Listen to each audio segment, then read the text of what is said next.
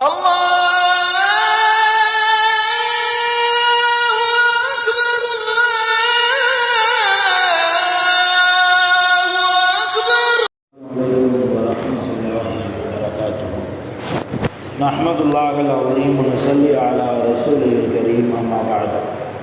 அன்பான பெரியோர்களே, ஜமாத்தார்களே, அல்லாஹ்வின் அருளால் ஃபஜ்ருடைய தொழுகையை தொழுதுவிட்டு நாம் எல்லாம் அமர்ந்திருக்கிறோம்.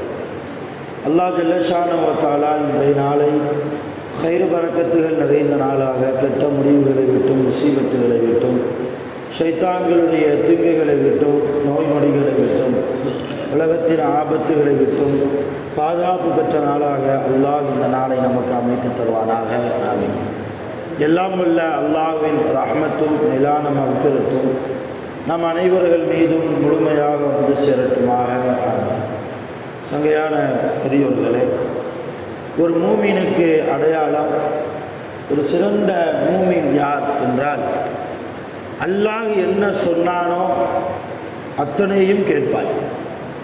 குர்ஆனில் அல்லாஹ் இதையெல்லாம் நமக்கு கட்டளையாக இட்டிருக்கிறானோ, அல்லாஹ்வால் இடப்பட்ட கட்டளைகளை மிக செம்மையாக சரியாக செய்பவனுக்கு பெயர் மூமின்.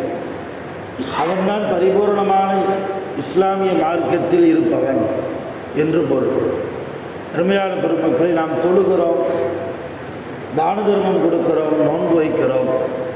இதைவிட அதிகமாக அல்லாஹ் சொன்ன சில காரியங்கள், அல்லாஹ் இப்படித்தான் வாழ வேண்டும் என்று நமக்கு சில வரைமுறையை தந்திருக்கிறார். எப்படி வேண்டுமானாலும் வாழலாம் என்பது ஒரு இஸ்லாமியனுடைய வாழ்க்கையாக இருக்க முடியாது. நமக்கென்று ஒரு கட்டுப்பாடு, நமக்கென்று ஒரு ஒழுங்குமுறைகள், அல்லாஹ்வால் தரப்பட்ட ஒழுங்குமுறைகள், அதை பேணி பாதுகாத்து அவன் இட்ட கட்டளையின்படி வாழ்ந்தால்தான் நாளை மறுமையில் நாம் ஜெயித்த மனிதர்களாக, வெற்றி பெற்ற மனிதர்களாக அல்லாஹ்வுடைய சன்னிதானத்துக்கு முன்னால் நிற்கிற போது நிற்க முடியும். உங்களுக்கு உதாரணமாக சொல்கிறதா இருந்தால், ஆதம் அலைஹிஸ்ஸலாம் அவர்களை படைத்து முடித்ததற்கு பின்னால் எல்லா மலக்குகளையும் கூப்பிட்டு அல்லாஹ் சொன்னான். என்ன சொன்னா? சஜிதா செய்யுங்கன்னா. யாருக்கு? ஆதம் நபி, என்னால் படைக்கப்பட்ட முதல் மனிதர். எனவே எல்லா மலக்குகளும் நீங்கள் என்ன செய்யுங்க? சஜிதா செய்யுங்கள். எல்லா வானவர்களும் சஜிதா செஞ்சாங்க, சிரத்தை தாழ்த்தினார்கள். ஆனால் ஒருத்தன் மட்டும் செய்யலை. யார்? இப்லீஸ். அவன் செய்யலை.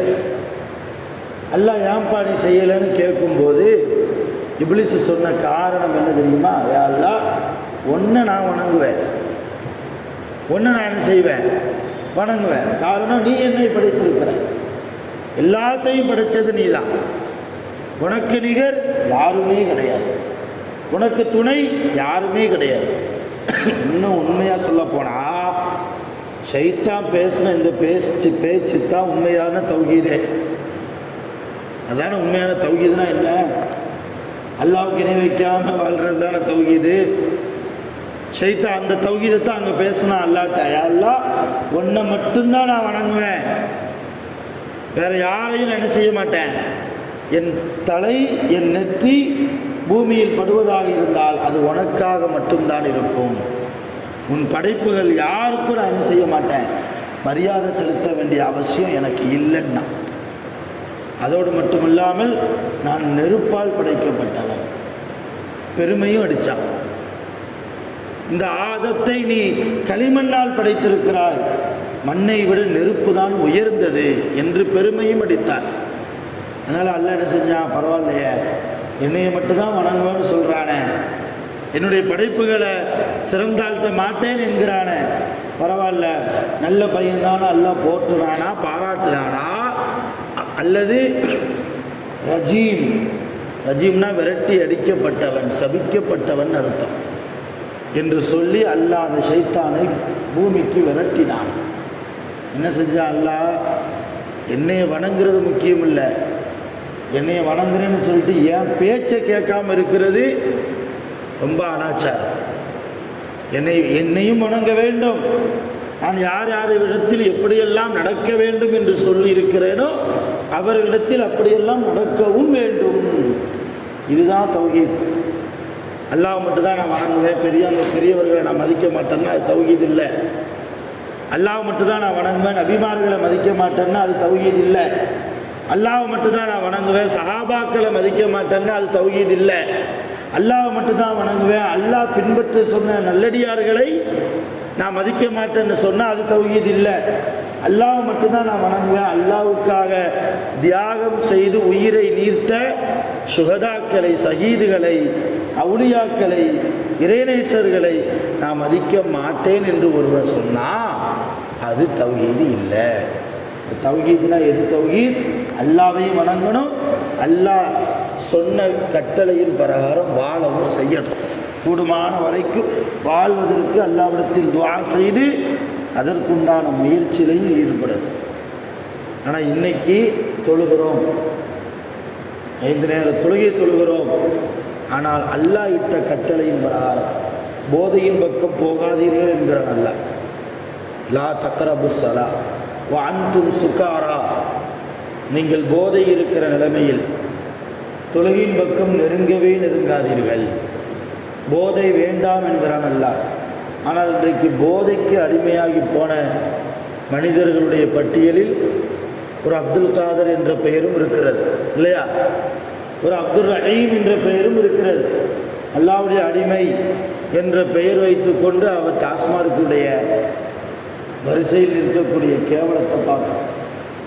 அது மட்டும்தான் போதையா? சில பேருக்கு வேறு சில போதைகள்.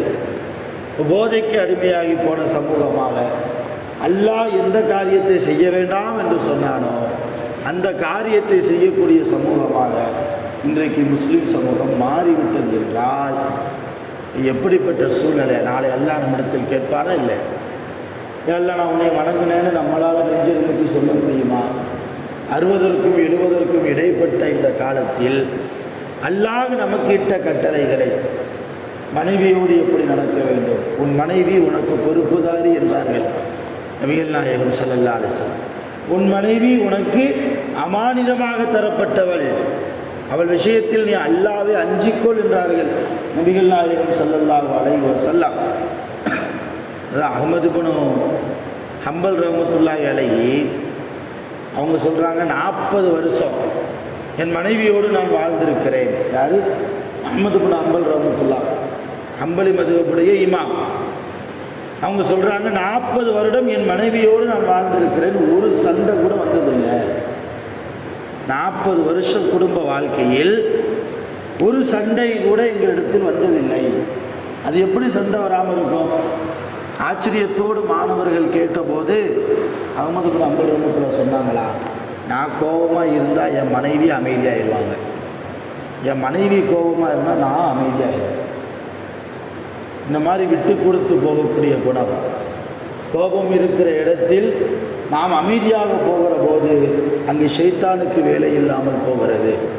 கணவன் மனைவி 2 பேரும் சண்டையிடுகிற போது ஷைத்தான் பார்த்து கைதட்டி சிரிக்கிறான், அல்லாஹ் வெட்கப்படுகிறான். என்ன இவனுக்கு இவ்வளவு அழகான ஒரு வாழ்க்கையை கொடுத்தும் கூட, குடும்ப வாழ்க்கையை நசீபாக்கியும் கூட அவன் வாழ தெரியாமல் பிரச்சனையிலேயே கழிக்கிறானே, சண்டையிலேயே கழிக்கிறானே, அல்லாஹ் வெட்கப்படுகிறான். எனவே நான் இந்த ஹதீஸிற்கு பயந்தவனாக, யார்? அஹ்மது இப்னு ஹம்பல் ரஹ்மத்துல்லாஹ் சொல்கிறாங்க, என் மனைவி கோபமாகிற போது நான் அமைதியாக இருப்பேன், நான் கோபமாகிற போது என் மனைவி அமைதியாக இருப்பாள். அப்போ யாரோடு எப்படி நடக்க வேண்டும் என்கிற அல்லாஹ் கொடுத்த இலக்கணத்தை தெரிந்து புரிந்து மனைவியோடு, பிள்ளைகளோடு, பிள்ளைகள் அல்லாஹ் நமக்கு தரப்பட்ட அமானிதம், அல்லாஹ்வால் நமக்கு தரப்பட்ட அமானிதம். பிள்ளைகளுக்கு நாம் பொறுப்புதாரி. அல்லாஹ் நாளைக்கு கியாமத்தில் உன் பிள்ளைய பிகாமுக்கு படிக்க வச்சியா, டாக்டருக்கு படிக்க வச்சியா, வெளிநாட்டுக்கு அனுப்புனியா, நல்லா சம்பாதிக்க வச்சியான்லாம் கேட்க மாட்டான். உன் பிள்ளைக்கு குர்ஆனை சொல்லி கொடுத்தியா, மார்க்கத்தை சொல்லி கொடுத்தாயா, உன் பிள்ளை பருவ வயதை அடைந்த போது சாலிஹான பெண்ணை பார்த்து கல்யாணம் முடிச்சு கொடுத்தியா, உன் வீட்டில் தீன் இருந்ததா, குர்ஆன் இருந்ததா, குர்ஆனுடைய வாழ்க்கையை கற்றுக் கொடுத்தாயா, என்ன ரசூலை பற்றி சொல்லி கொடுத்தாயா, மார்க்கத்தை பற்றி தான் அல்லாஹ் கேட்பான். என்ன பதில் வச்சுருக்கிறோம்? கொஞ்சம் நெஞ்சில் கை வச்சு பாருங்கள். என் பிள்ளை விஷயத்தில், நான் மார்க்க விஷயத்தில் உலகத்தில் 1000 கொடுக்கலாம், 1000 படிப்பை கொடுக்கலாம், 1000 டிகிரி வாங்க வைக்கலாம், நிறைய செல்வங்களை பிள்ளைகளுக்காக சேர்த்து வைக்கலாம், நாளைய தலைமுறைகளுக்காக சேர்த்து, இதெல்லாம் ஒரு பக்கம் இருக்கட்டும். அதை விட அதிகமாக மார்க்கத்தை, அல்லாஹ்வை, அல்லாஹ்வுடைய ரசூலை, நபி ஸல்லல்லாஹு அலைஹி வஸல்லம் பேரப்பிள்ளையை தேடி வர்றாங்க. ஃபாத்திமா அம்மா வீட்டுக்கு வந்து கேட்குறாங்க, பேரப்பிள்ளை எங்கன்னு கேட்குறாங்க. ஃபாத்திமா அம்மா சொல்கிறாங்க, பசியில் வெளியே விளையாடிக்கிட்டு இருந்தாங்க, பசியாக இருந்ததுன்னு சொல்லி வெளியே கொஞ்ச நேரம் விளையாட விட்டுருந்தேன், விளையாடிக்கிட்டு இருந்தாங்க, வெளியே தான் நிற்பாங்க. ரசூலுல்லாஹ் பேரப்பிள்ளையை தேடி போகிறாங்க. அடிக்கடி சொல்லியிருப்பேன் இந்த சம்பவம், ஞாபகத்துக்காக சொல்கிறார். ஒரு மரத்தினுடைய நிழலில் படுத்துருக்குறாங்க, தூங்கிட்டு இருக்கிறாங்க. 2 பேரப்பிள்ளைகள், யார்? ஹசன் ஹுசைன் ரலியல்லாஹு அன்ஹுமா. கீழே எல்லாம் பேரித்த மரங்கள் கொட்டி கிடக்குது. அது பேரித்த மரம். போய் எழுப்பி ரசூலுல்லாஹ் என்னப்பா பசிக்குதான்னு கேட்டாங்க. ஆமாம், ரொம்ப பசிக்குது. இந்த பேரித்த மரங்கள் இருக்குதே, எடுத்து சாப்பிட்லாமே. இப்போ அவங்க சொன்ன பதில் என்ன தெரியுமா? 10 வயசு பிள்ளைய, 10 வயதிற்கும் கீழே உள்ள குழந்தைகள், சிறுவர்கள் சொன்ன வார்த்தை, யார் ரசூலல்லாஹ், நாங்கள் உங்கள் குடும்பம். உங்கள் குடும்பம்னா நாங்கள் ஒரு நபியினுடைய குடும்பம். நபியினுடைய குடும்பத்திற்கு சதக்கா செய்யப்பட்ட பொருள் ஹராம். நமக்கு யாராவது சதக்கா கொடுக்காங்கன்னா வாங்கிக்கலாம், நான் உங்களுக்கு கொடுத்தாலோ அல்லது நீங்கள் எனக்கு தந்தாலோ வாங்கிக்கலாம், அது நமக்கு ஹலால். ஆனால் ஒரு நபியினுடைய குடும்பத்தார்களுக்கு அன்பளிப்பு கொடுக்கலாமே தவிர சதக்கா என்ன செய்ய முடியாது, கொடுக்க முடியாது. அப்படி கொடுத்தாலும் அவங்க வாங்கிறது அவங்களுக்கு ஹராம். அது ரசூலுல்லாஹ்வுக்கு ஹராம், ரசூலுல்லாஹ்வுடைய குடும்பத்தார்களுக்கும் அது ஹராம். அப்போ இந்த சட்டத்தை நீங்கள் எங்களுக்கு கற்றுத் தந்திருக்கிறீர்கள். இதோ இந்த மரம் சதக்கா செய்யப்பட்ட மரம். இந்த மரத்திலிருந்து விழுந்த இந்த பேரித்த பழங்கள் சதக்கா செய்யப்பட்ட மரத்தினால் விழுந்த பழங்கள். இதை சாப்பிட்றது எங்களுக்கு எப்படி ஹலால் ஆகும்? இது ஹராம் இல்லையா? அதனால் நாங்கள் சாப்பிடாமல் இருந்தோம். நேர பிள்ளைகளை கூப்பிட்டுட்டு நபி ஸல்லல்லாஹு அலைஹி வஸல்லம் ஃபாத்திமா ரலியல்லாஹு அன்ஹா அவங்கள்ட்ட வந்து சொன்னாங்களாம், ஃபுஸ்தி யா ஃபாத்திமா, ஓ ஃபாத்திமாவை, குழந்தை வளர்ப்பில் நீ ஜெயித்து விட்டாய், குழந்தை வளர்ப்பதில் நீ வெற்றி பெற்று விட்டாய். ஹலால் ஹராமை சொல்லி கொடுத்து வளர்த்திருக்கிறாய். எப்போ? ஒரு 20 வயசு 30 வயசுக்கு அப்புறம் இல்லை, 10 வயதிற்கு கீழே இருக்கக்கூடிய குழந்தைகளுக்கு எது ஹலால் எது ஹராம் என்று சொல்லி கொடுத்த தாயாக ஃபாத்திமா ரலியல்லாஹு அன்ஹா அவர்கள் இருந்திருக்கிறார்கள் என்றால் இந்த வாழ்க்கையைத்தான் அல்லாஹ் விரும்புகிறார். நான் எதை ஹலாலாக்கியிருக்கிறேன், நான் எப்படி வாழ சொல்லியிருக்கிறேன், எப்படி வாழக்கூடாது என்கிறேன். குர்ஆனில் நான் எதை சொல்லியிருக்கிறேன், ஹதீஸில் நபி ஸல்லல்லாஹு அலைஹி வஸல்லம் அவர்கள் எதை சொல்லியிருக்கிறார்கள், அதன்படி நீங்கள் வாழ வேண்டும் என்று அல்லாஹ் எதிர்பார்க்கிறார். அதுதான் உண்மையான தௌஹீதியத்தான வாழ்க்கை. அங்கே போனால் ஷிர்க்கு, இங்கே போனால் ஷிர்க்கு, அதை செஞ்சால் ஷிர்க்கு, இதை செஞ்சால் ஷிர்க்கு என்று சொல்வது மட்டுமல்ல தௌஹீத். தௌஹீத் என்பது அல்லாஹ்வினுடைய கட்டளையின் பிரகாரம் வாழ்வு. ஷைத்தான் சொன்னது தௌஹீதான வார்த்தை தான். உன்னைய மட்டும்தான் வணங்குவேன், உன்னை தவிர நான் வேறு யாரையும் வணங்குவதற்கு தயாராக இல்லை. எல்லாம் என்ன செஞ்சான்? பாராட்டலையே. கியாமத் நாள் வரைக்கும் சபிக்கப்பட்டவனாக குர்ஆனை திறந்து யாரெல்லாம் ஓத நினைக்கிறாங்களோ அவங்கெல்லாம் முதல்ல என்ன வார்த்தையை சொல்லணும்? அஊது பில்லாஹி மினஷ் ஷைத்தானிர் ரஜீம். சபிக்கப்பட்ட, விரட்டி அடிக்கப்பட்ட ஷைத்தானை விட்டு பாதுகாப்பு தேடுகிறேன். யாரிடத்தில்? எல்லாவிடத்தில் பாதுகாப்பு தேடுகிறேன். அந்த துவாவை ஓதிட்டு தான் குர்ஆனே ஆரம்பிக்கணும் ஓத. அதே போன்று நீங்கள் கொட்டாவி விட்டால் அவுது பில்லா சொல்லுங்கள், ரசூலுல்லாஹ் கற்றுக் கொடுத்தது. தூக்கத்திலிருந்து திடீரென்று திடுக்கிட்டு பயந்து நீங்கள் எழுவீர்களே ஆனால் அவுது பில்லாஹி மினஷ் ஷைத்தானிர் ரஜீம் சொல்லுங்கள். 3 முறை இடது பக்கம் துப்பிக் கொள்ளுங்கள், வேறு இடத்தில் மாற்றி நீங்கள் படுத்துக் கொள்ளுங்கள். ரசூலுல்லாஹி ஸல்லல்லாஹு அலைஹி வஸல்லம் அவர்கள் நமக்கு கற்றுத்தருகிறார். எதுக்கெடுத்தாலும் அவுது பில்லாஹி மினஷ் ஷைத்தானிர் ரஜீம். கியாமத் நாள் வரைக்கும் எல்லா முஃமின்களுடைய வாயிலிருந்தும் ஷைத்தானுடைய பெயரை உச்சரிக்கிற போது ரஜீம், சபிக்கப்பட்டவன், விரட்டி அடிக்கப்பட்டவன் என்று தான் சொல்கிறோம். காரணம் என்ன? அல்லாஹ் சொன்னால் கேட்குறேங்கிற குணம் இல்லாததான். நான் எவ்வளோ பெரிய நெருப்பாக ஆன படைப்பாக இருந்தாலும் ஏன் அல்லாஹ் சொல்லிட்டான்.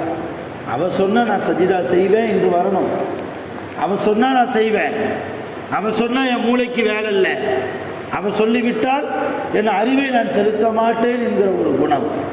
பெருமை இல்லாத வாழ்க்கை, பணிவான வாழ்க்கை. அருமையான பெருமக்களை, யாரிடத்தில் பணிவு இருக்கிறதோ அவர்களை அல்லாஹ் உயர்த்துவார்.